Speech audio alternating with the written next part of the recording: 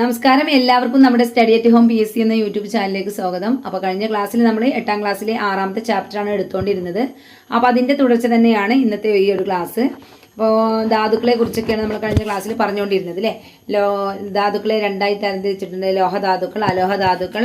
അതിൽ തന്നെ എന്താണ്, ലോഹധാതുക്കളെ വീണ്ടും രണ്ടായി തരംതിരിച്ചിട്ടുണ്ട്: ഇരുമ്പിൻ്റെ അംശമുള്ള ലോഹധാതുക്കളും ഇരുമ്പിൻ്റെ അംശമില്ലാത്ത ലോഹധാതുക്കളും. അതുപോലെ തന്നെ അലോഹധാതുക്കളെയും നമ്മൾ ജൈവധാതുക്കളെന്നും അജൈവധാതുക്കളെന്നും രണ്ടായി തിരിച്ചതൊക്കെ നമ്മൾ കഴിഞ്ഞ ക്ലാസ്സിൽ പറഞ്ഞതാണ്.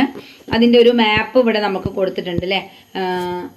ഇന്ത്യ ധാതു വിഭവങ്ങൾ എന്നുള്ളൊരു മാപ്പ് ഇവിടെ കൊടുത്തിട്ടുണ്ട്. അപ്പോൾ ഇതിൽ നമുക്കിവിടെ നമ്മുടെ ടെക്സ്റ്റ് ബുക്കിൽ കൊടുത്തിട്ടുള്ള ഒരു പ്രവർത്തനത്തിൻ്റെ ആ ഒരു ഇത് നമുക്ക് ഇമ്പോർട്ടൻ്റ് ആണ്. കാരണം ഇതിൽ സ്വർണം കൂടുതലായിട്ടും കാണപ്പെടുന്ന സംസ്ഥാനങ്ങളിൽ ഉൾപ്പെട്ടത് ഏത് എന്ന് ചോദിക്കാം. അപ്പോൾ അതുകൊണ്ട് തന്നെ നമുക്ക് ഈ ഒരു ടേബിൾ നമ്മൾ കംപ്ലീറ്റ് ആക്കേണ്ടതാണ്. അപ്പോൾ നമുക്ക് ഈ ഒരു മാപ്പ് നോക്കിയിട്ട് തന്നെ അതിൻ്റെ ഒരു ഇൻഡെക്സ് നോക്കിയിട്ട് നമുക്കത് കംപ്ലീറ്റ് ആക്കാവുന്നതാണ്. അപ്പോൾ ഇവിടെ സ്വർണത്തിൻ്റെ നമ്മുടെ ടെക്സ്റ്റ് ബുക്കിൽ കൊടുത്തിട്ടുണ്ട്: മധ്യപ്രദേശ്, ആന്ധ്രാപ്രദേശ്, കേരളം, കർണാടകം, ജാർഖണ്ഡ്. സ്വർണം കൂടുതലായിട്ട് കാണപ്പെടുന്ന സംസ്ഥാനങ്ങൾ ഏതൊക്കെയാണ്? മധ്യപ്രദേശ്, ആന്ധ്രാപ്രദേശ്, കേരളം, കർണാടകം, ജാർഖണ്ഡ് എന്നിവിടങ്ങളിൽ സ്വർണ്ണധാതുക്കൾ കാണപ്പെടുന്നുണ്ട്. ഇനി ഇരുമ്പ് ഏതൊക്കെ സംസ്ഥാനങ്ങളിലായിട്ടാണ് ഇരുമ്പിൻ്റെ വിതരണം ചെയ്യപ്പെട്ടിട്ടുള്ളത് നോക്കാം. ഇൻഡെക്സ് നോക്കുക. ഇരുമ്പ് എന്നുള്ളത് നമുക്ക് ഈ ഒരു ചിഹ്നമാണ് ഇരുമ്പിനെ നമ്മൾ സൂചിപ്പിക്കുന്നത്. അപ്പോൾ ഇരുമ്പിനെ സൂചിപ്പിക്കുന്ന ഈ ഒരു ചിഹ്നം ഏതൊക്കെ സംസ്ഥാനങ്ങളിലാണ് കാണപ്പെടുന്നത് നോക്കാം. കേരളത്തിൽ കാണപ്പെടുന്നുണ്ട് അല്ലേ. കേരളത്തിൽ, അതുപോലെ തമിഴ്നാട്ടിൽ കാണുന്നുണ്ട്. പിന്നെ കർണാടകം, കേരളം, തമിഴ്നാട്, കർണാടകം. അതുപോലെ ഛത്തീസ്ഗഡ്, ഒഡീഷ, ജാർഖണ്ഡ്,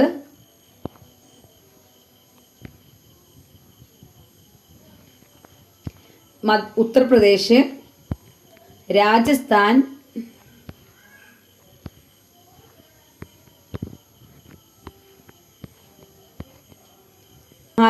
മഹാരാഷ്ട്രയിൽ കാണപ്പെടുന്നുണ്ട്. അങ്ങനെയൊക്കെയാണ് കാണപ്പെടുന്നത്. അപ്പോൾ എവിടെയൊക്കെയാണ്? കേരളം, തമിഴ്നാട്, കർണാടക, ഒഡീഷ, ഛത്തീസ്ഗഡ്, ജാർഖണ്ഡ്, അതുപോലെ ഉത്തർപ്രദേശും രാജസ്ഥാനും മഹാരാഷ്ട്രയും. അത്രയും സംസ്ഥാനങ്ങളിലായിട്ടാണ് ഇരുമ്പ് കൂടുതലായിട്ടും കാണപ്പെടുന്നത്. അടുത്തത് കൽക്കരിയാണ്. കൽക്കരി എവിടെയൊക്കെയാണ് കാണപ്പെടുന്നത്?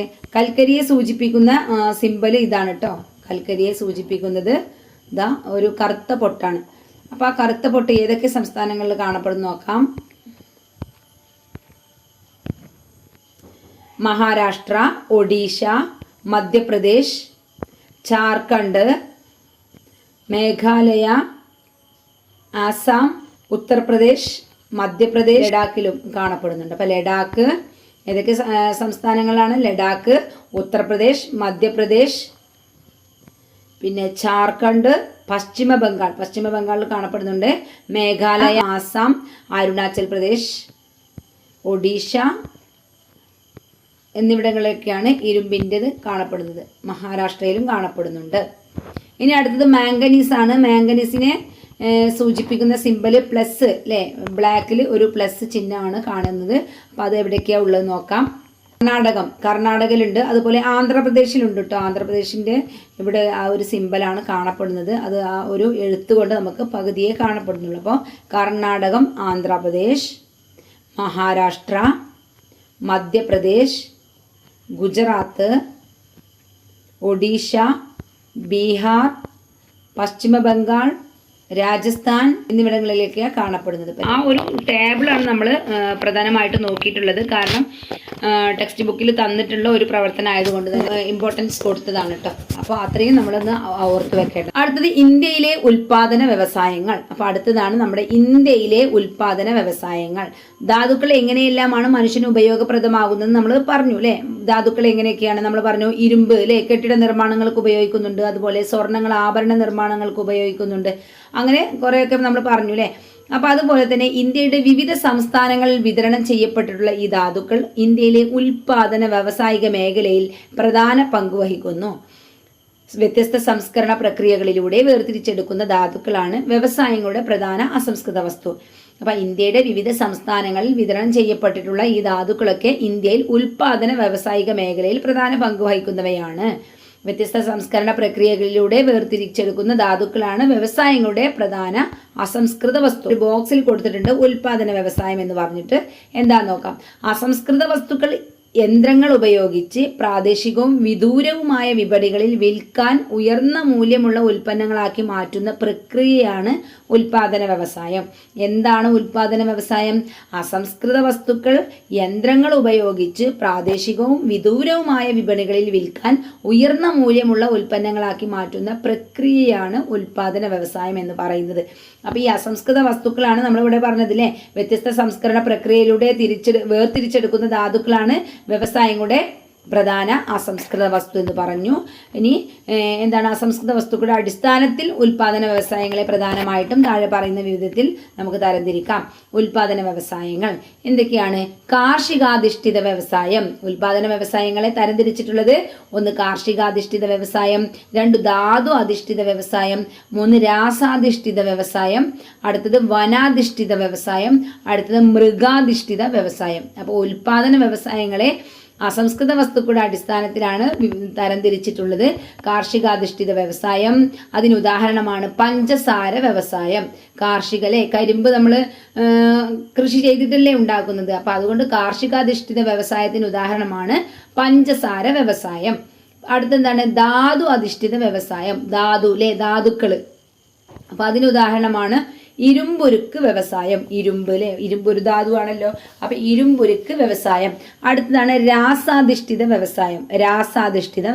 അതിന് ഉദാഹരണമാണ് പെട്രോളിയം വ്യവസായം. വനാധിഷ്ഠിത വ്യവസായത്തിന് ഉദാഹരണമാണ് പേപ്പർ വ്യവസായമാണ് വനാധിഷ്ഠിത വ്യവസായം. മൃഗാധിഷ്ഠിത വ്യവസായത്തിന് ഉദാഹരണമാണ് തുകൽ വ്യവസായം. അപ്പൊ ഇത് നമുക്ക് PSC ഇമ്പോർട്ടൻ്റ് ആയിട്ടുള്ളൊരു മേഖലയാണ് കേട്ടോ PSCക്ക്. കാരണം ഇതിൽ ധാതു അധിഷ്ഠിത വ്യവസായം ഏതാണെന്ന് ചോദിക്കാം, അല്ലെങ്കിൽ രാസാധിഷ്ഠിത വ്യവസായം ഏതാണെന്ന് ചോദിക്കാം അല്ലെ. ചിലപ്പോൾ നമുക്ക് ധാതു അധിഷ്ഠിത വ്യവസായം അല്ലെങ്കിൽ കാർഷികാധിഷ്ഠിത വ്യവസായമൊക്കെ ചോദിക്കുമ്പോൾ പെട്ടെന്ന് കിട്ടും. പഞ്ചസാര അല്ലെങ്കിൽ അത് കരിമ്പ് ഉപയോഗിച്ചാണ്ടാണ് നമുക്ക് പെട്ടെന്ന് അറിയാം. എന്നാൽ രാസാധിഷ്ഠിത വ്യവസായം ഏതാണെന്ന് ചോദിച്ചാൽ ചിലപ്പോൾ നമ്മൾ ഇരുമ്പുരുക്ക് വ്യവസായമോ അല്ലെങ്കിൽ പേപ്പർ വ്യവസായം ഇങ്ങനെയൊക്കെ നമുക്ക് ഓപ്ഷനിൽ കാണുമ്പോൾ തെറ്റിപ്പോവാൻ ചാൻസ് ഉണ്ട്. അപ്പോൾ വനാധിഷ്ഠിത വ്യവസായം, മൃഗാധിഷ്ഠിത വ്യവസായം, രാസാധിഷ്ഠിത വ്യവസായമൊക്കെ ഒന്ന് നന്നായിട്ട് ഓർത്തു വെക്കുക. അപ്പോൾ പെട്രോളിയം വ്യവസായമാണ് രാസാധിഷ്ഠിത വ്യവസായത്തിന് ഉദാഹരണം. വനാധിഷ്ഠിത വ്യവസായത്തിന് പേപ്പർ വ്യവസായമാണ്. മൃഗാധിഷ്ഠിത വ്യവസായമാണെങ്കിൽ തുകൽ വ്യവസായമാണ്. ധാതു അധിഷ്ഠിത വ്യവസായമാണെങ്കിൽ ഇരുമ്പുരുക്ക് വ്യവസായവും കാർഷികാധിഷ്ഠിത വ്യവസായമാണെങ്കിൽ പഞ്ചസാരയുമാണ്. വിവിധ സംസ്ഥാനങ്ങളിൽ വിതരണം ചെയ്യപ്പെട്ടിട്ടുള്ള പ്രധാന ഉൽപാദന വ്യവസായങ്ങളുടെ ഭൂപടം നമുക്കിവിടെ കൊടുത്തിട്ടുണ്ട്. അത് നോക്കിയിട്ട് നമുക്ക് ഏതൊക്കെ സംസ്ഥാനങ്ങളിലാണ് ഏതൊക്കെ വ്യവസായങ്ങളാണ് ഉള്ളത് എന്ന് നമുക്കിവിടെ കണ്ടെത്താൻ പറ്റും. അപ്പം അതിൽ പ്രധാനപ്പെട്ടത് നമുക്ക് ഇവിടെ ഒരു പട്ടികയിൽ കൊടുത്തിട്ടുള്ളത് അത് മാത്രം നോക്കിയാൽ മതി. എല്ലാ സംസ്ഥാനങ്ങളിലും ഓരോരോ വ്യവസായങ്ങളായിട്ടുണ്ട്. നമുക്ക് പ്രധാനപ്പെട്ടത് ഇരുമ്പുരുക്ക് വ്യവസായം, പരുത്തിത്തുണി വ്യവസായം, പെട്രോളിയം രാസ വ്യവസായം, പട്ടുതുണി വ്യവസായം. ഇതൊക്കെ ഏതെല്ലാം സംസ്ഥാനങ്ങളിലാണ് വിതരണം ചെയ്യപ്പെട്ടിട്ടുള്ളത് നോക്കാം. ആദ്യം നമുക്ക് ഇരുമ്പുരുക്ക് വ്യവസായം. അപ്പം ഇരുമ്പുരുക്ക് വ്യവസായത്തിനെ കളർ ഏതാണെന്ന് നോക്കാം. ഇരുമ്പുരുക്ക് വ്യവസായത്തിനെ സൂചിപ്പിക്കുന്നത് നീല വലിയ പൊട്ടാണ് അല്ലേ. നീല വലിയ പൊട്ട് കാണുന്നത് ഏതൊക്കെ സംസ്ഥാനങ്ങളിലാണ്? തമിഴ്നാട് അല്ലേ, തമിഴ്നാട്ടിലുണ്ട്. അതുപോലത്തെ കർണാടക, ആന്ധ്രാപ്രദേശ്, പിന്നെ മഹാരാഷ്ട്ര, ഛത്തീസ്ഗഡ്, ഒഡീഷ, ജാർഖണ്ഡ്, പശ്ചിമ ബംഗാൾ. ഇവിടെയൊക്കെയാണ് നമുക്ക് ഇരുമ്പുരുക്ക് വ്യവസായങ്ങൾ കാണപ്പെടുന്നത്. അടുത്തത് പരുത്തിത്തുണി വ്യവസായം. മഞ്ഞ സ്ക്വയറാണ് കാണുന്നത്. മഞ്ഞ സ്ക്വയർ കാണുന്നത് എവിടെയൊക്കെയാണ്? കേരളം. പരുത്തിത്തുണി വ്യവസായം കേരളത്തിലാകെ 2 മാത്രമാണ് ഉള്ളത്. ഒന്ന് പരുത്തിത്തുണി വ്യവസായവും 2 ഇലക്ട്രോണിക് വ്യവസായവും. അപ്പോൾ കേരളത്തിൽ പ്രധാനമായും കാണപ്പെടുന്ന വ്യവസായങ്ങൾ ഏതൊക്കെയാണ്? ഇലക്ട്രോണിക് വ്യവസായവും പരുത്തിത്തുണി വ്യവസായവും മാത്രമേ ഉള്ളൂ. ഇനി പരുത്തിത്തുണി വ്യവസായം കേരളത്തിൽ കാണപ്പെടുന്നുണ്ട്, തമിഴ്നാട്ടിൽ കാണപ്പെടുന്നുണ്ട്, കർണാടകം, ആന്ധ്രാപ്രദേശ്, മഹാരാഷ്ട്ര, പിന്നെ മധ്യപ്രദേശ്, ബീഹാർ, ഉത്തർപ്രദേശ്, രാജസ്ഥാൻ, ഗുജറാത്ത്, പിന്നെ പഞ്ചാബ്, ഹരിയാന എന്നീ സംസ്ഥാനങ്ങളിൽ കാണപ്പെടുന്നുണ്ട്.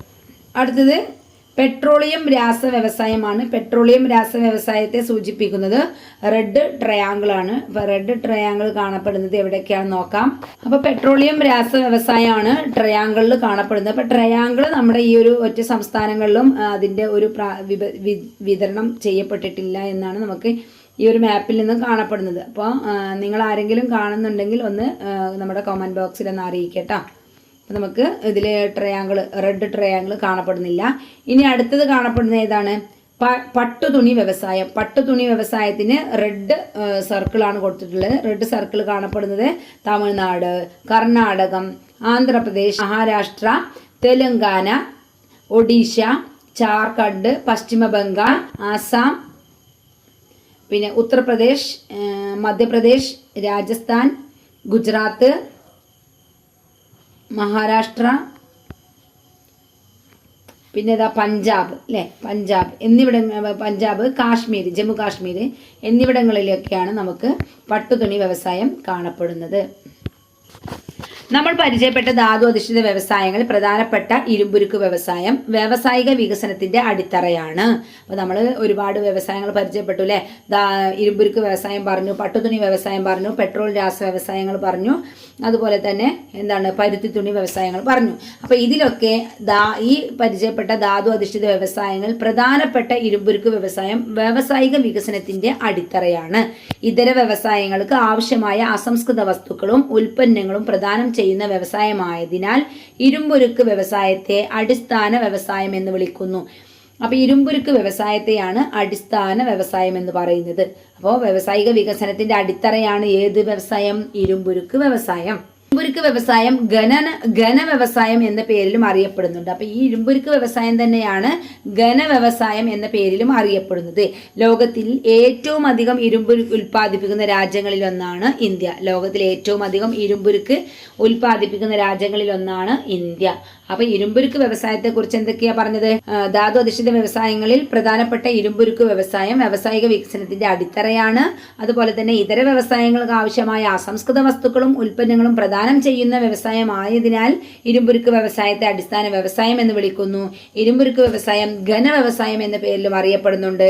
അതുപോലെ ലോകത്തിൽ ഏറ്റവും അധികം ഇരുമ്പുരുക്ക് ഉൽപ്പാദിപ്പിക്കുന്ന രാജ്യങ്ങളിൽ ഒന്നാണ് ഇന്ത്യ. ഇനി എന്താണ് ഘന വ്യവസായം നോക്കാം. വ്യവസായശാലകളിൽ ഉപയോഗിക്കുന്ന അസംസ്കൃത വസ്തുക്കളുടെ ഭീമമായ അളവും അതിൽ നിന്നുണ്ടാകുന്ന ഉൽപ്പന്നങ്ങൾക്ക് വലിപ്പവും ഭാരവും കൂടുതലുള്ളതിനാലും ഇരുമ്പുരുക്ക് വ്യവസായങ്ങളെ ഘന വ്യവസായം എന്നും വിളിക്കുന്നു. എന്താണ് പറഞ്ഞത്? വ്യവസായശാലകളിൽ ഉപയോഗിക്കുന്ന അസംസ്കൃത വസ്തുക്കളുടെ ഭീമമായ അളവും അതിൽ നിന്നുണ്ടാകുന്ന ഉൽപ്പന്നങ്ങൾക്ക് വലുപ്പവും ഭാരവും കൂടുതലുള്ളതിനാലും ഇരുമ്പുരുക്ക് വ്യവസായങ്ങളെ ഘന വ്യവസായം എന്നും വിളിക്കുന്നു. ഇതാണ് ഘന വ്യവസായം എന്നറിയപ്പെടുന്നത്. അതുകൊണ്ടാണ് ഇരുമ്പുരുക്ക് വ്യവസായങ്ങളെ ഘന വ്യവസായം എന്നും അറിയപ്പെടുന്നത്. അടുത്തത് ഇന്ത്യയിലെ ഇരുമ്പുരുക്ക് വ്യവസായം. ഇന്ത്യയിലെ ഇരുമ്പുരുക്ക് വ്യവസായം പ്രകൃതി വിഭവത്തിന്റെയും മനുഷ്യ വിഭവത്തിന്റെയും ലഭ്യത ഇന്ത്യയിലെ വ്യാവസായിക മേഖലയുടെ വളർച്ചയിൽ നിർണായക പങ്ക് വഹിക്കുന്നു. അപ്പൊ പ്രകൃതി വിഭവത്തിന്റെയും മനുഷ്യ വിഭവത്തിന്റെയും ലഭ്യത ഇന്ത്യയിലെ വ്യാവസായിക മേഖലയുടെ വളർച്ചയിൽ നിർണായക പങ്ക് വഹിക്കുന്നുണ്ട്. ഓരോ രാജ്യത്തിന്റെയും വ്യാവസായിക വളർച്ചയുടെ വ്യാപ്തി നിർണ്ണയിക്കുന്നത് ഇരുമ്പുരുക്ക് ഉപഭോഗത്തിന്റെ അടിസ്ഥാനത്തിലാണ്. അപ്പോൾ ഓരോ രാജ്യത്തിന്റെയും വ്യാവസായിക വളർച്ചയുടെ വ്യാപ്തി നിർണ്ണയിക്കുന്നത് ഇരുമ്പുരുക്ക് ഉപഭോഗത്തിന്റെ അടിസ്ഥാനത്തിലാണ്. ഇരുമ്പുരുക്ക് വ്യവസായം ഇതര വ്യവസായ മേഖലയെയും സേവന മേഖലയെയും പിന്തുണക്കുകയും രാജ്യത്തിന്റെ വരുമാനം വർദ്ധിപ്പിക്കുകയും ചെയ്യുന്നു. ഇരുമ്പുരുക്ക് വ്യവസായം എന്താ ചെയ്യുന്നത്? ഇതര വ്യവസായ മേഖലയെയും സേവന മേഖലയെയും പിന്തുണക്കുകയും രാജ്യത്തിന്റെ വരുമാനം വർദ്ധിപ്പിക്കുകയും ചെയ്യുന്നു. കൂടാതെ തൊഴിലവസരങ്ങൾ സൃഷ്ടിക്കുന്നതിലൂടെ ജനങ്ങളുടെ ജീവിത നിലവാരം ഉയർത്തുന്നു. അപ്പോൾ ഇരുമ്പുരുക്ക് വ്യവസായം ഇന്ത്യയിൽ ഒരുപാട് മെച്ചപ്പെട്ട അനുഭവങ്ങൾ നൽകുന്നുണ്ട് അല്ലേ. അപ്പോൾ പ്രകൃതി വിഭവത്തിന്റെയും മനുഷ്യ വിഭവത്തിന്റെയും ലഭ്യത ഇന്ത്യയിലെ വ്യാവസായിക മേഖലയുടെ വളർച്ചയിൽ നിർണായക പങ്ക് വഹിക്കുന്നുണ്ട്. ഓരോ രാജ്യത്തിന്റെയും വ്യാവസായിക വളർച്ചയുടെ വ്യാപ്തി നിർണ്ണയിക്കുന്നത് ഇരുമ്പുരുക്ക് ഉപഭോഗത്തിന്റെ അടിസ്ഥാനത്തിലാണ്. ഇരുമ്പുരുക്ക് വ്യവസായം ഇതര വ്യവസായ മേഖലയെയും സേവന മേഖലയെയും പിന്തുണക്കുകയും രാജ്യത്തിന്റെ വരുമാനം വർദ്ധിപ്പിക്കുകയും ചെയ്യുന്നു. മാത്രവുമല്ല തൊഴിലവസരങ്ങൾ സൃഷ്ടിക്കുന്നതിലൂടെ ജനങ്ങളുടെ ജീവിത നിലവാരം ഉയർത്തുന്നു. ഇത്തരത്തിൽ ഇന്ത്യൻ സമ്പദ് വ്യവസ്ഥയുടെ വളർച്ചയിൽ ഇരുമ്പുരുക്ക് വ്യവസായം പ്രധാന പങ്ക് വഹിക്കുന്നുണ്ട്. അപ്പൊ ഇരുമ്പുരുക്ക് വ്യവസായത്തിന്റെ പ്രാധാന്യത്തെ കുറിച്ചാണ് ഇപ്പൊ പറഞ്ഞത്. പ്രാചീന കാലം മുതൽക്കേ ഇന്ത്യക്കാർ ലോഹ സംസ്കരണ സാങ്കേതിക വിദ്യയിൽ അറിവുള്ളവർ. പ്രാചീന കാലം മുതൽക്കേ ഇന്ത്യക്കാർ ലോഹ സംസ്കരണ സാങ്കേതിക വിദ്യയിൽ അറിവുള്ളവരായിരുന്നു. ആധുനിക ഇരുമ്പുരുക്ക് വ്യവസായത്തിന് ഇന്ത്യയിൽ തുടക്കം കുറിച്ചത് 1907 സാങ്ചിയിൽ, അതായത് ജംഷഡ്പൂരിൽ Tata iron and steel company, അതായത് ടിസ്കോ ആരംഭിച്ചതോടെയാണ്. Tata iron and steel company അല്ലെ, അതിന്റെ ഷോർട്ടാണ് ടിസ്കോ എന്ന് പറയുന്നത് വളരെ ഇമ്പോർട്ടൻ്റ് ആണ്. ഒരുപാട് പ്രാവശ്യം PSC ചോദിച്ചിട്ടുള്ളതാണ്. വർഷവും അതുപോലെ അതിൻ്റെ ഏത് സംസ്ഥാനത്താണെന്നൊക്കെ അല്ലേ ചോദിച്ചിട്ടുണ്ട്. അപ്പോൾ 1907 സാങ്ചിയിൽ, അതായത് Jamshedpur Tata iron and steel company ആരംഭിച്ചതോടെയാണ് ഇന്ത്യയിൽ ഇരുമ്പുരുക്ക് വ്യവസായത്തിന് തുടക്കം കുറിച്ചത്. വർഷം ഇമ്പോർട്ടൻ്റ് ആണ്, 1907. ടിസ്കോ 1907. ഇത് മാച്ച് ദ ഫോളോയിങ് ആയിട്ട് വരാറുണ്ട് കേട്ടോ. അപ്പോൾ 1919 പശ്ചിമ ബംഗാളിൽ ഇന്ത്യൻ അയൺ ആൻഡ് സ്റ്റീൽ കമ്പനിയും, അതായത് IISCO 1923 കർണാടകയിൽ Mysore iron and steel, Vishweshwara iron and steel കമ്പനിയും നിലവിൽ വന്നു. അതായത് 1919 പശ്ചിമ ബംഗാളിൽ ഇന്ത്യൻ അയൺ ആൻഡ് സ്റ്റീൽ കമ്പനിയും 1923 കർണാടകയിൽ Mysore iron and steel company, അതായത് Visvesvaraya iron and steel company, Mysore iron and steel company അല്ലെങ്കിൽ Visvesvaraya iron and steel company നിലവിൽ വന്നു. അപ്പോൾ ഇതിൻ്റെ വർഷങ്ങൾ അങ്ങോട്ടും ഇങ്ങോട്ടും മാറ്റി ചോദിച്ചിട്ട് ശരിയായത് ഏത് അല്ലെങ്കിൽ മാച്ച് ദ ഫോളോയിങ് ഒക്കെ വരാൻ ചാൻസ് ഉണ്ട്. 1907 ഏതാണ്? Tata iron and steel company ജംഷഡ്പൂരിൽ, ജംഷഡ്പൂർ അല്ലെങ്കിൽ സാങ്ചിയിൽ. അടുത്തത് പറയുന്നത് 1919 പശ്ചിമ ബംഗാളിൽ എന്താണ്? Indian iron and steel company IISCO അല്ലേ, IISCO അല്ലെങ്കിൽ ടിസ്കോ എന്ന് പറഞ്ഞ പോലെ ISCO അല്ലേ. അതുപോലെ 1923 കർണാടകയിൽ മൈസൂർ അയൺ ആൻഡ് സ്റ്റീൽ അല്ലെങ്കിൽ വിശ്വേശ്വര അയൺ ആൻഡ് സ്റ്റീൽ. അപ്പോൾ ഇതൊക്കെ നിലവിൽ വന്നു. സ്വാതന്ത്ര്യാനന്തരം ഇന്ത്യയിൽ ഇരുമ്പുരുക്ക് വ്യവസായം അതിവേഗം വളർച്ച പ്രാപിച്ചു. രണ്ടാം പഞ്ചവത്സര പദ്ധതിയിലാണ് ഭിലായ്, റൂർക്കേല, ദുർഗാപൂർ എന്നിവിടങ്ങളിൽ 3 സംയോജിത ഇരുമ്പുരുക്ക് പദ്ധതികൾ യഥാക്രമം സോവിയറ്റ് യൂണിയൻ, ജർമ്മനി, ബ്രിട്ടൻ എന്നീ രാജ്യങ്ങളുടെ സഹായത്തോടെ ആരംഭിച്ചത്. വളരെ ഇമ്പോർട്ടൻ്റ് ആണ് കേട്ടോ. ഇത് ഏതൊക്കെ രാജ്യങ്ങളാണ് ഇതിന് സഹായിച്ചത് എന്ന് ചോദിക്കാറുണ്ട്. അപ്പോൾ രണ്ടാം പഞ്ചവത്സര പദ്ധതി കാലത്ത് ഇന്ത്യയിൽ രൂപം കൊണ്ടിട്ടുള്ള വ്യവസായങ്ങൾ ഏതൊക്കെയാണ്? ഭിലായ്, റൂർക്കേല, ദുർഗാപൂർ. ഭിലായ്, റൂർക്കേല, ദുർഗാപൂർ അല്ലേ. ഇതിൽ വേറെ ഒന്നും കൂടെ തന്നിട്ട് ഇതിൽ ഉൾപ്പെടാത്തത് ഏതെന്ന് ചോദിക്കാം. അതുപോലെ തന്നെ ഈ ഭിലായ്, റൂർക്കേല, ദുർഗാപൂർ ഇവ 3 ഓരോ രാജ്യങ്ങളുടെ സഹായത്തോടെയാണ് തുടക്കം കുറിച്ചിട്ടുള്ളത്. അപ്പോൾ ഭിലായ് എന്നത് സോവിയറ്റ് യൂണിയന്റെയും, റൂർക്കേല ജർമ്മനിയുടെയും, ദുർഗാപൂർ ബ്രിട്ടന്റെയും സഹായത്തോടെയാണ് നിർമ്മിച്ചിട്ടുള്ളത്. അപ്പോൾ അതിന് സഹായിച്ച രാജ്യങ്ങൾ ഏതൊക്കെയാണെന്ന് ചോദിക്കാം. Bhilai Soviet union, Rourkela Germany, Durgapur Britain. അപ്പോൾ രണ്ടാം പഞ്ചവത്സര പദ്ധതിയിലാണ് ഭിലായ്, റൂർക്കേല, ദുർഗാപൂർ എന്നിവിടങ്ങളിൽ 3 സംയോജിത ഇരുമ്പുരുക്ക് പദ്ധതികൾ യഥാക്രമം സോവിയറ്റ് യൂണിയൻ, ജർമ്മനി, ബ്രിട്ടൻ എന്നീ രാജ്യങ്ങളുടെ സഹായത്തോടെ ആരംഭിച്ചത്. പിന്നീട് ഇവയുടെ നടത്തിപ്പും ഉത്തരവാദിത്വവും സർക്കാർ സ്ഥാപനമായ സ്റ്റീൽ അതോറിറ്റി ഓഫ് ഇന്ത്യ ഏറ്റെടുത്തു. ഇന്ത്യയിലെ പ്രധാന ഇരുമ്പുരുക്ക് വ്യവസായശാലകളുടെ ഭൂപടം താഴെ നൽകിയിട്ടുണ്ട്, നോക്കാം. അപ്പോൾ ഇതാണ് ഇന്ത്യ പ്രധാന ഇരുമ്പുരുക്ക് വ്യവസായങ്ങൾ. തമിഴ്നാട്ടിലെ സേലം, അതുപോലെ കർണാടകയിലെ ബെല്ലാരി, വിശാഖപട്ടണം, ചന്ദ്പൂർ, ഭിലായ്, റായ്ഗഡ്, ജംഷഡ്പൂർ, ബൊക്കാറോ, ബേൺപൂർ, ദുർഗാപൂർ, കെന്ദുചാർഗഡ്, പാരദ്വീപ്, റൂർക്കേല ഇവിടെയൊക്കെ ആണ് പ്രധാനമായിട്ടും ഇരുമ്പുരുക്ക് വ്യവസായങ്ങൾ ഉണ്ടായിട്ടുള്ളത്. ഇനി ഇത് ഓരോ സംസ്ഥാനങ്ങളിലും വെച്ചിട്ട് നമുക്ക് ഇവിടെ ഒരു ഇത് പൂരിപ്പിക്കാണ്ടല്ലേ. ഒഡീഷയിലെ റൂർക്കേല, പാരാദ്വീപ്, കെന്ദുചാർഗഡ് അത് അവിടെ കൊടുത്തിട്ടുള്ളതാണ്. പിന്നെ ചന്ദ്രപൂർ മഹാരാഷ്ട്രയിലും, ഭിലായ്, റായ്ഗഡ് ഛത്തീസ്ഗഡിലും, ജംഷഡ്പൂർ, ബൊക്കാറോ ജാർഖണ്ഡിലും, അതുപോലെ ദുർഗാപൂർ, ബേൺപൂർ പശ്ചിമ ബംഗാളിലുമാണ്.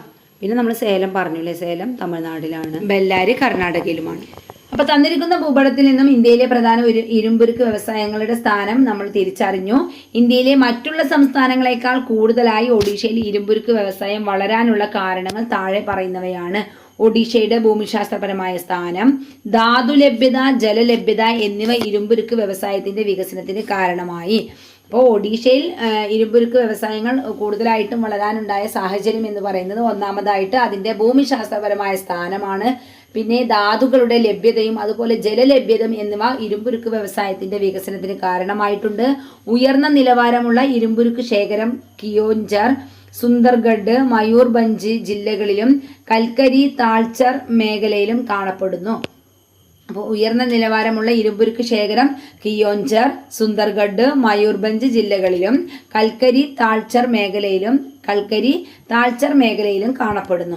റൂർക്കേലയിലെയും കലിംഗ നഗറിലെയും വ്യവസായശാലകളെ ഇന്ത്യയുടെ പ്രധാന വിപണിയുമായി ബന്ധിപ്പിക്കുന്ന മികച്ച റെയിൽവേ ശൃംഖലയും റോഡ് ഹൈവേകളും വ്യാവസായിക വികസനത്തിന് സഹായകരമായി. കൂടാതെ ദൈർഘ്യമേറിയ തീരപ്രദേശവും തുറമുഖവും ആഭ്യന്തര അന്തർദേശീയ വ്യാപാരത്തിന് അനുകൂല സാഹചര്യം തീർത്തതോടെ ഒഡീഷ ഇരുമ്പുരുക്ക് വ്യവസായത്തിന്റെ കേന്ദ്രമായി മാറി. എന്തൊക്കെയാണ്? റൂർക്കേലയിലെയും കലിംഗ നഗറിലെയും വ്യവസായശാലകളെ ഇന്ത്യയുടെ പ്രധാന വിപണിയുമായി ബന്ധിപ്പിക്കുന്ന മികച്ച റെയിൽവേ ശൃംഖലയും റോഡ് ഹൈവേകളും വ്യാവസായിക വികസനത്തിന് സഹായകരമായി. കൂടാതെ ദൈർഘ്യമേറിയ തീരപ്രദേശവും തുറമുഖങ്ങളും ആഭ്യന്തര അന്തർദേശീയ വ്യാപാരത്തിന് അനുകൂല സാഹചര്യം തീർത്തതോടെ ഒഡീഷ ഇരുമ്പുരുക്ക് വ്യവസായത്തിന്റെ കേന്ദ്രമായി മാറി. അടുത്തത് ഉൽപാദന വ്യവസായങ്ങളുടെ വിതരണത്തെ സ്വാധീനിക്കുന്ന ഘടകങ്ങൾ. ഉൽപാദന വ്യവസായങ്ങളുടെ വിതരണത്തെ സ്വാധീനിക്കുന്ന ഘടകങ്ങൾ. ഭൂമിശാസ്ത്രപരമായ ഘടകങ്ങളും ഭൂമിശാസ്ത്രപരമല്ലാത്ത ഘടകങ്ങളും ഉൽപാദന വ്യവസായങ്ങളുടെ വിതരണത്തെ സ്വാധീനിക്കുന്നുണ്ട്. ഉൽപാദന വ്യവസായങ്ങളുടെ സ്വാധീനിക്കുന്ന ഘടകങ്ങൾ ഏതൊക്കെയാണെന്ന് നോക്കാം. ഭൂമിശാസ്ത്രപരമായ ഘടകങ്ങൾ ഭൂഘടന, കാലാവസ്ഥ, ജലം, ഊർജം, അസംസ്കൃത വസ്തുക്കളൊക്കെയാണ് ഭൂമിശാസ്ത്രപരമായ ഘടകങ്ങളിൽ ഉൾപ്പെടുന്നത്.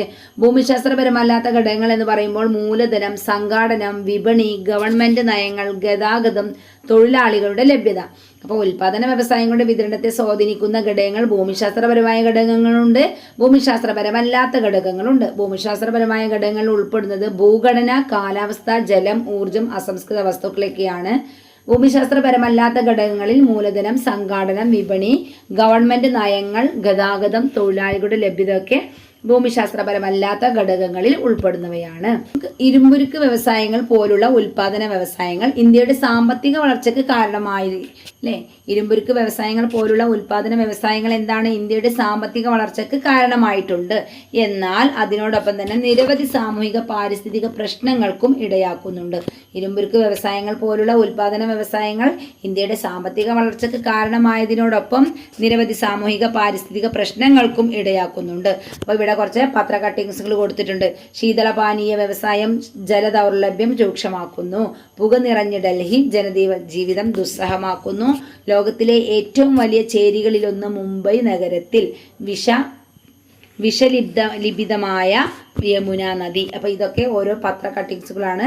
അപ്പോൾ വ്യവസായങ്ങൾ കൊണ്ടുള്ള പാരിസ്ഥിതിക പ്രശ്നങ്ങളെക്കുറിച്ച് ബോധ്യപ്പെടുത്തുന്ന ഓരോ പത്ര കട്ടിങ്ങുകളാണ് ഇവിടെ കൊടുത്തിട്ടുള്ളത്.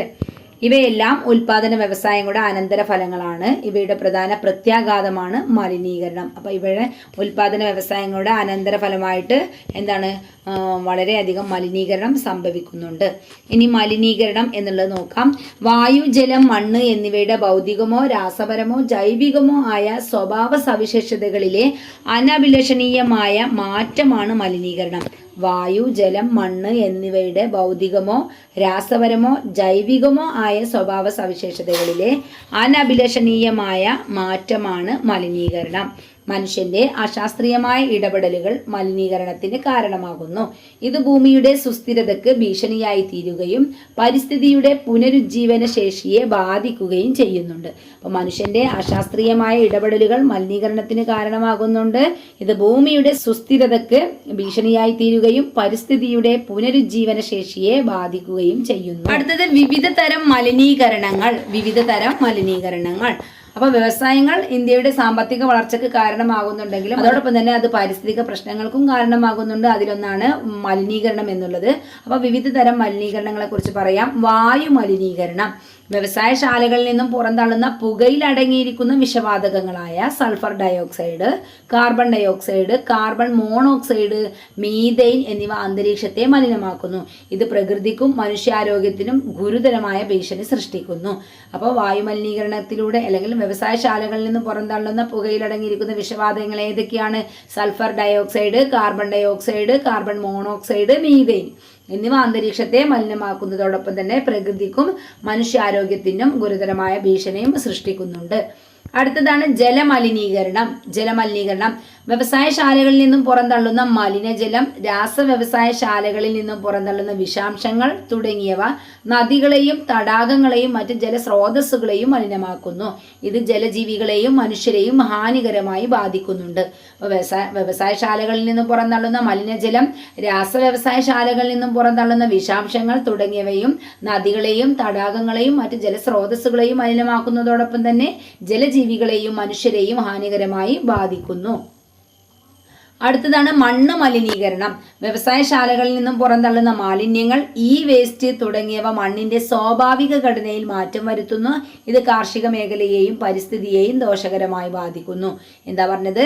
വ്യവസായശാലകളിൽ നിന്നും പുറന്തള്ളുന്ന മാലിന്യങ്ങൾ, വേസ്റ്റ് തുടങ്ങിയവ എന്താണ്? മണ്ണിന്റെ സ്വാഭാവിക ഘടനയിൽ മാറ്റം വരുത്തുന്നതോടൊപ്പം തന്നെ കാർഷിക മേഖലയെയും പരിസ്ഥിതിയെയും ദോഷകരമായി ബാധിക്കുകയും ചെയ്യുന്നു. അടുത്തതാണ് ശബ്ദ മലിനീകരണം. വ്യവസായശാലകളിൽ നിന്നും പുറത്തു വരുന്ന അമിതമായ ശബ്ദം പരിസര പ്രദേശങ്ങളിലെ ജനങ്ങളുടെ ശാരീരികവും മാനസികവുമായ ആരോഗ്യത്തെ പ്രതികൂലമായി ബാധിക്കുന്നു. എന്താ പറഞ്ഞത്? വ്യവസായശാലകളിൽ നിന്നും പുറത്തു വരുന്ന അമിതമായ ശബ്ദം പരിസ്ഥിതി പ്രദേശങ്ങളിലെ ജനങ്ങളുടെ ശാരീരികവും മാനസികവുമായ ആരോഗ്യത്തെ പ്രതികൂലമായി ബാധിക്കുന്നുണ്ട്.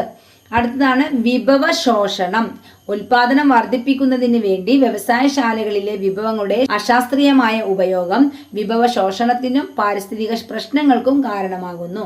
അപ്പോൾ ഉൽപാദനം വർദ്ധിപ്പിക്കുന്നതിന് വേണ്ടിയിട്ട് വ്യവസായശാലകളിലെ വിഭവങ്ങളുടെ അശാസ്ത്രീയമായ ഉപയോഗം വിഭവ ശോഷണത്തിനും പാരിസ്ഥിതിക പ്രശ്നങ്ങൾക്കും കാരണമാകുന്നു. വനനശീകരണം, മണ്ണിന്റെ ഫലഭൂയിഷ്ഠത നഷ്ടപ്പെടൽ, ജലസ്രോതസ്സുകളുടെയും ധാതു സ്രോതസ്സുകളുടെയും ശോഷണം തുടങ്ങിയവ ഇതിന് ഉദാഹരണങ്ങളാണ്. അടുത്തത് പ്രാദേശിക അസമത്വം. പ്രകൃതി വിഭവങ്ങളുടെ അസന്തുലിതമായ വിതരണം, അടിസ്ഥാന സൗകര്യങ്ങളിലെ അപര്യാപ്തത എന്നിവ വ്യാവസായിക വികസനം ചില പ്രദേശങ്ങളിൽ മാത്രം കേന്ദ്രീകരിക്കുന്നതിന് കാരണമാകുന്നു. എന്താ? പ്രകൃതി വിഭവങ്ങളുടെ അസന്തുലിതമായ വിതരണവും അടിസ്ഥാന സൗകര്യങ്ങളിലെ അപര്യാപ്തതയൊക്കെ എന്താണ്? വ്യവസായ വികസനം ചില പ്രദേശങ്ങളിൽ മാത്രം കേന്ദ്രീകരിക്കുന്നതിന് കാരണമാകുന്നു. ഇത്തരം പ്രദേശങ്ങളിൽ ജനങ്ങളുടെ വരുമാനത്തിലും ജീവിത നിലവാരത്തിലും വ്യത്യാസങ്ങൾ കാണപ്പെടുന്നുണ്ട്. വ്യവസായികമായി പിന്നോക്കം നിൽക്കുന്ന പ്രദേശങ്ങളിൽ ഇത് പ്രാദേശിക അസമത്വത്തിന് കാരണമാകുന്നു. അപ്പൊ പ്രാദേശിക അസമത്വം ഉണ്ടാകുന്നത് എങ്ങനെയാണ്? പ്രകൃതി വിഭവങ്ങളുടെ അസന്തുലിതമായ വിതരണം അല്ലെ. ചില സംസ്ഥാനങ്ങളിൽ മാത്രമാണ് ചില പ്രകൃതി വിഭവങ്ങൾ കൂടുതലായിട്ടുണ്ടാകും. അതുപോലെ തന്നെ അടിസ്ഥാന സൗകര്യങ്ങളിലെ അപര്യാപ്തതയും എന്താണ്? വ്യവസായിക വികസനം ചില പ്രദേശങ്ങളിൽ മാത്രം കേന്ദ്രീകരിക്കുന്നതിന് കാരണമാകുന്നു. ഇത്തരം പ്രദേശങ്ങളിൽ ജനങ്ങളുടെ വരുമാനത്തിലും ജീവിത നിലവാരത്തിലും വ്യത്യാസങ്ങൾ കാണപ്പെടുന്നുണ്ട്. വ്യവസായികമായിട്ട് പിന്നോക്കം നിൽക്കുന്ന പ്രദേശങ്ങളിൽ ഇത് പ്രാദേശിക അസമത്വത്തിന് കാരണമാവുകയും ചെയ്യുന്നു. അടുത്തതാണ് കുടിയേറ്റം. ജനങ്ങൾ ഒരു പ്രദേശത്ത് നിന്നും മറ്റൊരു പ്രദേശത്തേക്ക് സ്ഥിരതാമസമായോ താൽക്കാലികമായോ മാറി താമസിക്കുന്നതാണ് കുടിയേറ്റം. വികസനം കുറഞ്ഞ പ്രദേശങ്ങളിൽ നിന്ന് വികസിതമായ വ്യവസായിക പ്രദേശത്തേക്ക് ജനങ്ങൾ തൊഴിലിനും മെച്ചപ്പെട്ട ജീവിത സാഹചര്യങ്ങൾക്കും വേണ്ടി കുടിയേറ്റം നടത്തുന്നുണ്ട്. അപ്പോൾ വികസനം കുറഞ്ഞ പ്രദേശങ്ങളിൽ നിന്ന് വികസിതമായ വ്യവസായിക പ്രദേശത്തേക്ക് ജനങ്ങൾ തൊഴിലിനും മെച്ചപ്പെട്ട ജീവിത സാഹചര്യങ്ങൾക്കും വേണ്ടിയിട്ട് കുടിയേറുന്നു. ഇതിന്റെ ഫലമായി കുടിയേറ്റം നടന്ന പ്രദേശത്ത് ജനസാന്ദ്രത വർദ്ധിക്കുന്നു അല്ലെ. നമ്മൾ ഏത് സ്ഥലത്തേക്കാണോ പോകുന്നത് അവിടെയുള്ള ജനസംഖ്യ വർദ്ധിക്കുന്നു. അപ്പൊ കുടിയേറ്റം എന്ന് പറയുന്നത് ജനങ്ങൾ ഒരു പ്രദേശത്ത് നിന്നും മറ്റൊരു പ്രദേശത്തേക്ക് സ്ഥിരമായോ അല്ലെങ്കിൽ താൽക്കാലികമായോ മാറി താമസിക്കുന്നതാണ് കുടിയേറ്റം എന്ന് പറയുന്നത്. കുടിയേറ്റം നടത്തുമ്പോൾ എന്താണ്? കുടിയേറി പാർക്കുന്ന അല്ലെ പ്രദേശത്ത് ജനസംഖ്യ അല്ലെങ്കിൽ ജനസാന്ദ്രത വർദ്ധിക്കുന്നു. അടുത്തതാണ് നഗരവൽക്കരണം. ഗ്രാമങ്ങളിൽ നിന്നും നഗരങ്ങളിലേക്കുള്ള കുടിയേറ്റത്തിന്റെയും നഗരങ്ങളിലെ സ്വാഭാവിക ജനസംഖ്യാ വളർച്ചയുടെയും ഫലമായി നഗര വലിപ്പത്തിലും ജനസംഖ്യയിലും ഉണ്ടാകുന്ന വർധനവാണ് നഗരവൽക്കരണം എന്ന് പറയുന്നത്. ഇപ്പൊ ഗ്രാമങ്ങളിൽ നിന്നും നഗരങ്ങളിലേക്കുള്ള കുടിയേറ്റത്തിന്റെയും നഗരങ്ങളിലെ സ്വാഭാവിക ജനസംഖ്യാ വളർച്ചയുടെയും ഫലമായി നഗര വലിപ്പത്തിലും ജനസംഖ്യയിലും ഉണ്ടാകുന്ന വർധനവാണ് നഗരവൽക്കരണം. ഇത് നഗരങ്ങളുടെ വിസ്തൃതിയും ജനസംഖ്യയും വൻതോതിൽ വർദ്ധിക്കുന്നതിനും സാമൂഹിക സാമ്പത്തിക പാരിസ്ഥിതിക മാറ്റങ്ങൾക്ക് കാരണമാവുകയും ചെയ്യുന്നു. അപ്പൊ ഇത് നഗരങ്ങളുടെ വിസ്തൃതിയും ജനസംഖ്യയും വൻതോതിൽ വർദ്ധിക്കുന്നതിനും സാമൂഹിക സാമ്പത്തിക പാരിസ്ഥിതിക മാറ്റങ്ങൾക്കും കാരണമാകുന്നു. വ്യവസായങ്ങൾ സൃഷ്ടിക്കുന്ന വിവിധ തരത്തിലുള്ള പ്രശ്നങ്ങളിൽ പ്രധാനപ്പെട്ട ഒന്നാണ് വിഭവ ശോഷണം. ശാസ്ത്രീയമായ വിഭവ വിനിയോഗത്തിലൂടെ വിഭവ സംരക്ഷണം സാധ്യമാക്കാം. അപ്പൊ വ്യവസായങ്ങൾ സൃഷ്ടിക്കുന്ന വിവിധ തരത്തിലുള്ള പ്രശ്നങ്ങൾ നമ്മൾ പറഞ്ഞു അല്ലേ. അപ്പൊ അതിൽ പ്രധാനപ്പെട്ട ഒന്നാണ് വിഭവ ശോഷണം എന്നുള്ളത്. അപ്പൊ അതിനെ നമ്മൾ വിഭവ ശോഷണം ഇല്ലാതാക്കാൻ എന്താണ് വേണ്ടത്? ശാസ്ത്രീയമായ വിഭവ വിനിയോഗത്തിലൂടെ വിഭവ ശോഷണം അല്ലെങ്കിൽ വിഭവ സംരക്ഷണം സാധ്യമാക്കാം. വിഭവ സംരക്ഷണം. അടുത്താണ് വിഭവ സംരക്ഷണം. വിവേകപൂർവമായ ഉപയോഗത്തിലൂടെ വിഭവങ്ങളുടെ അമിതമായ ചൂഷണം ഒഴിവാക്കി വിഭവ ലഭ്യത ഉറപ്പുവരുത്തുന്നതിനെയാണ് വിഭവ സംരക്ഷണം എന്ന് പറയുന്നത്. അപ്പൊ വിവേകപൂർണമായ ഉപയോഗത്തിലൂടെ വിഭവങ്ങളുടെ അമിതമായ ചൂഷണം ഒഴിവാക്കിയിട്ട് വിഭവ ലഭ്യത ഉറപ്പുവരുത്തുന്നതിനെയാണ് വിഭവ സംരക്ഷണം എന്ന് പറയുന്നത്. ഭാവി തലമുറക്കായി വിഭവങ്ങൾ സംരക്ഷിക്കുക, പരിസ്ഥിതിയുടെ സന്തുലിതാവസ്ഥ നിലനിർത്തുക, പ്രകൃതിയിലും മനുഷ്യരിലും ഏൽപ്പിക്കുന്ന ആഘാതങ്ങൾ കുറക്കുക എന്നിവയാണ് വിഭവ സംരക്ഷണത്തിന്റെ ലക്ഷ്യങ്ങൾ. അപ്പോൾ വിഭവ സംരക്ഷണത്തിന്റെ ലക്ഷ്യങ്ങൾ എന്തൊക്കെയാണ്? ഭാവി തലമുറക്കായി വിഭവങ്ങൾ സംരക്ഷിക്കുക, പരിസ്ഥിതിയുടെ സന്തുലിതാവസ്ഥ നിലനിർത്തുക, പ്രകൃതിയിലും മനുഷ്യരിലും ഏൽപ്പിക്കുന്ന ആഘാതങ്ങൾ കുറക്കുക എന്നിവയാണ് വിഭവ സംരക്ഷണത്തിന്റെ പ്രധാന ലക്ഷ്യങ്ങൾ. പ്രധാന വിഭവ സംരക്ഷണ മാർഗങ്ങൾ എന്തൊക്കെയാണെന്ന് നോക്കാം. വിഭവങ്ങളുടെ പുനരുപയോഗം, ഊർജ സംരക്ഷണം, ജലസംരക്ഷണം, വനസംരക്ഷണം ഇതൊക്കെയാണ് പ്രധാന വിഭവ സംരക്ഷണ മാർഗങ്ങൾ. വിഭവ സംരക്ഷണം എന്ന ആശയം പ്രകൃതി വിഭവങ്ങളുടെ ശോഷണം തടയുന്നതിനും ഭാവി തലമുറക്ക് വിഭവങ്ങളുടെ ലഭ്യത ഉറപ്പാക്കുന്നതിനും വേണ്ടിയാണ്. വിഭവ സംരക്ഷണം എന്ന ആശയം പ്രകൃതി വിഭവങ്ങളുടെ ശോഷണം തടയുന്നതിനും ഭാവി തലമുറക്ക് വിഭവങ്ങളുടെ ലഭ്യത ഉറപ്പാക്കുന്നതിനും വേണ്ടിയാണ്. നിലവിൽ വിഭവ സംരക്ഷണത്തിനായി ലോകരാജ്യങ്ങൾ പിന്തുടരുന്ന പ്രധാന നയമാണ് സുസ്ഥിര വികസനം. വിഭവ സംരക്ഷണത്തിനായിട്ട് ലോകരാജ്യങ്ങൾ പിന്തുടരുന്ന പ്രധാനപ്പെട്ട നയമാണ് സുസ്ഥിര വികസനം. ഇനി എന്താണ് സുസ്ഥിര വികസനം എന്ന് നോക്കാം. ഭാവി തലമുറക്ക് തങ്ങളുടെ ആവശ്യങ്ങൾ നിറവേറ്റാനുള്ള ശേഷിക്ക് കോട്ടം തട്ടാത്ത വിധത്തിൽ നിലവിലെ ആവശ്യങ്ങൾ നിർവഹിക്കുന്ന രീതിയിലുള്ള വികസനമാണ് സുസ്ഥിര വികസനം എന്ന് പറയുന്നത്. അതായത് പ്രകൃതി വിഭവങ്ങൾ നമുക്കറിയാം. പ്രകൃതി വിഭവങ്ങൾ എന്ന് പറയുമ്പോൾ അതെന്താണ്? നമ്മൾ ഉപയോഗിക്കുന്നതിനനുസരിച്ച് തീർന്നു പോകുന്ന സാധനങ്ങളാണ്. അത് പെട്ടെന്ന് നമുക്ക് ഉണ്ടാക്കിയെടുക്കാൻ കഴിയുന്നതല്ല, അല്ലേ? പുനരുജ്ജീവിപ്പിക്കാൻ കഴിയാത്ത വിഭവങ്ങളാണ്. അതായത് പെട്രോള് തുടങ്ങിയ കാര്യങ്ങളൊക്കെ നമ്മൾ പറഞ്ഞില്ലേ, കഴിഞ്ഞ ക്ലാസ്സിൽ പറഞ്ഞതാണ്. അപ്പം അങ്ങനെയുള്ള കാര്യങ്ങൾ നമ്മളിപ്പോൾ ആവശ്യത്തിലും കൂടുതൽ ഉപയോഗിക്കുന്നുണ്ടെങ്കിൽ ഭാവി തലമുറക്ക്, വരും തലമുറകൾക്ക് ഇത് കിട്ടാതെ പോകും. അപ്പം അതുകൊണ്ട് തന്നെ നമ്മൾ എന്ത് ചെയ്യാം? അനാവശ്യമായിട്ട് ഉപയോഗിക്കാതെ ഭാവി തലമുറക്കും കൂടി വേണം എന്നുള്ള ഒരു ചിന്തയിൽ നമ്മൾ ഉപയോഗിക്കുകയാണെങ്കിൽ അവർക്കും കൂടി അത് ഉപയോഗിക്കാൻ കഴിയും. അപ്പം അതാണ് സുസ്ഥിര വികസനം എന്ന് പറയുന്നത്. ഭാവി തലമുറക്ക് തങ്ങളുടെ ആവശ്യങ്ങൾ നിറവേറ്റാനുള്ള ശേഷിക്ക് കോട്ടം തട്ടാത്ത വിധത്തിൽ നിലവിലെ ആവശ്യങ്ങൾ നിർവഹിക്കുന്ന രീതിയിലുള്ള വികസനമാണ് സുസ്ഥിര വികസനം. പരിസ്ഥിതിയുടെ ക്ഷേമവും ജനങ്ങളുടെ ജീവിത നിലവാരവും തമ്മിലുള്ള സന്തുലനാവസ്ഥയിലൂടെ സാമ്പത്തിക വളർച്ച കൈവരിക്കാം. വിഭവങ്ങൾ പുനഃചംക്രമണം ചെയ്യുക, ഉപയോഗം കുറക്കുക, പുനരുപയോഗിക്കുക എന്നിവയാണ് സുസ്ഥിര വികസനത്തിലേക്ക് എത്താനുള്ള ചില മാർഗങ്ങൾ. വിഭവങ്ങൾ പുനഃചംക്രമണം ചെയ്യുക, ഉപയോഗം കുറക്കുക, പുനരുപയോഗിക്കുക എന്നിവയാണ് സുസ്ഥിര വികസനത്തിലേക്ക് എത്താനുള്ള ചില മാർഗങ്ങൾ. 2030ഓടെ സുസ്ഥിര വികസനം നേടിയെടുക്കുക എന്ന ലക്ഷ്യത്തോടെ ഐക്യരാഷ്ട്രസഭ 2015 മുന്നോട്ട് വെച്ച 17 ലക്ഷ്യങ്ങളുടെ സഞ്ചയമാണ് സുസ്ഥിര വികസന ലക്ഷ്യങ്ങൾ. അപ്പോൾ 2030ഓടെ സുസ്ഥിര വികസനം നേടിയെടുക്കുക എന്ന ലക്ഷ്യത്തോടെ ഐക്യരാഷ്ട്രസഭ 2015 മുന്നോട്ട് വെച്ച 17 ലക്ഷ്യങ്ങളുടെ സഞ്ചയമാണ് സുസ്ഥിര വികസന ലക്ഷ്യങ്ങൾ. അപ്പോൾ ഇത്രയൊക്കെയാണ് നമ്മുടെ ഈ ഒരു ചാപ്റ്റർ ഉള്ളത്. വളരെ ഇമ്പോർട്ടൻ്റ് ആയിട്ടുള്ള ഒരു ചാപ്റ്ററാണ്. ഇനി വരുന്ന PSC പരീക്ഷകൾക്ക് SCRTയുടെ പ്രാധാന്യം എത്രത്തോളമാണെന്ന് നമുക്ക് ഓരോ PSC പഠിക്കുന്ന ഉദ്യോഗാർത്ഥികൾക്ക് അറിയാവുന്നതാണ്. അതുകൊണ്ട് തന്നെ നമ്മൾ നന്നായിട്ട് ഒരു പോയിന്റ് പോലും നമ്മൾ കളയാതെ നന്നായിട്ട് തന്നെ പ്രിപ്പയർ ചെയ്ത് പോവേണ്ടതാണ്. അതുപോലെ തന്നെ നന്നായിട്ട് വായിക്കട്ടോ. അപ്പോൾ നമ്മുടെ ക്ലാസ്സുകൾ കാണുന്ന നമ്മൾ വേഗം തീർക്കാൻ വേണ്ടിയിട്ട് സ്കിപ്പ് ചെയ്ത് പോകരുത്. കാരണം പ്രധാനപ്പെട്ട പോയിന്റ് പറയുന്ന സമയത്തായിരിക്കാം നിങ്ങൾ അത് കേൾക്കാതെ പോകുന്നത്. അപ്പോൾ അതുകൊണ്ട് നമ്മൾ ക്ലാസ്സുകളൊക്കെ നിങ്ങൾ മുഴുവനായിട്ട് തന്നെ കേൾക്കുക.